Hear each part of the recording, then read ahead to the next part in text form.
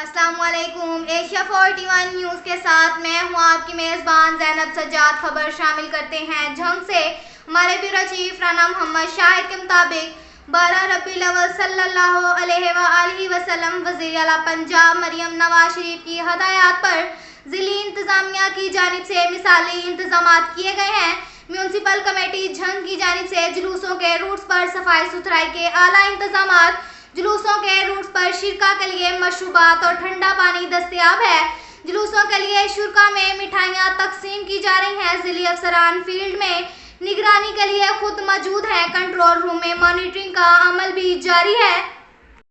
اس کے ساتھ ہی ایک اور خبر شامل کرتے ہیں جھنگ سے۔ ہمارے بیورو چیف رانا محمد شاہد کے مطابق emergency medical coverage duty بسلسلہ Eid Milad النبی صلی اللہ علیہ وآلہ وسلم ریسکیو 1122 جھنگ نے secretary Punjab emergency service department doctor Rizwan Naseer Sitara Imtiaz کی خصوصی ہدایات پر عید میلاد النبی صلی اللہ علیہ وآلہ وسلم پر میڈیکل کوریج مہیا کی اور اس کے ساتھ ساتھ سینٹر اسٹیشن اور تمام تحصیلوں کے سب اسٹیشن کو بھی برقی کمکموں سے سجایا۔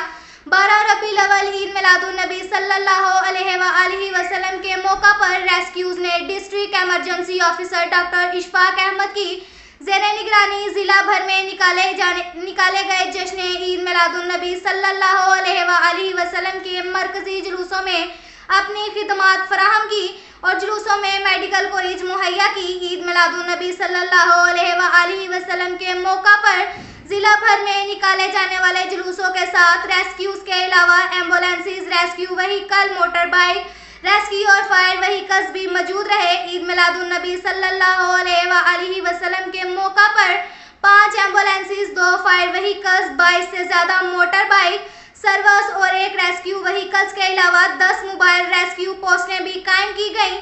عید میلاد النبی صلی اللہ علیہ وآلہ وسلم کے موقع پر 150 سے زائد ریسکیو اہلکاروں اور ریسکیو محافظوں نے ڈیوٹی سر انجام دی۔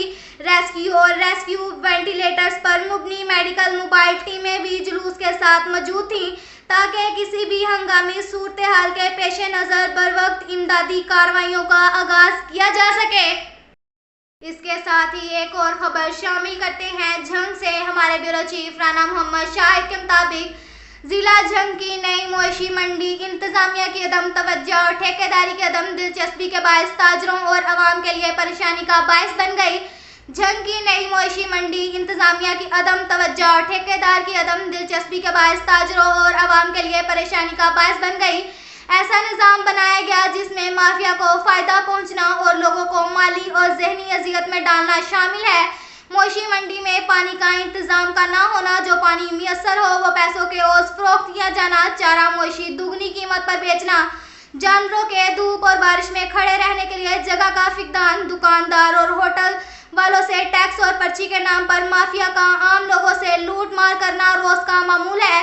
یہ تمام ذمہ داریاں حکومت وقت پر عائد ہوتی ہیں جس کے لیے وہ ٹھیکیدار سے کروڑوں روپے وصول کرتے ہیں، لیکن سہولیات نہ ہونے کے برابر ہے۔ مویشی منڈی کے تاجروں کو پرچیاں داخلے کے وقت دی جائیں نہ کہ باہر نکلتے وقت۔ یہ وہ چیز ہے جو کرپٹ مافیا کو لوگوں کو لوٹنے میں سہولت فراہم کر رہی ہے۔ جب لوگ اپنا مال مویشی بیچنے منڈی جاتے ہیں اس وقت اسے داخلے کے وقت ایک پرچی بنانی چاہیے اور بعد میں جب وہ جانور کے ساتھ باہر جا رہا ہو تو رقم ادا کرے۔ غریب تاجروں کو انتظامیہ کے لوگ بغیر پرچی کے جانوروں کو منڈی سے باہر نکال دیتے ہیں اور کچھ فاصلے پر اپنے ٹاؤٹ کھڑے کیے ہوتے ہیں جو ان سے پرچی چیک کرتے ہیں۔ پرچی نہ ملنے کی صورت میں ان پہ کئی گنا جرمانہ ڈال دیا جاتا ہے اور پھر بھی ان کا پیٹ نہیں بھرتا تو پھر پرچی نہیں دیتے اور مزید آگے ناکے پر لوگ کھڑے کیے ہوتے ہیں جو کہ ان سے پرچی کا تقاضا کرتے ہیں اور پھر وہاں پولیس کے نام پر بھی جرمانہ بھرنا پڑتا ہے۔ عوام اور تاجر اپنا پیٹ کاٹ کر پرچی کی رقم دے رہے ہیں۔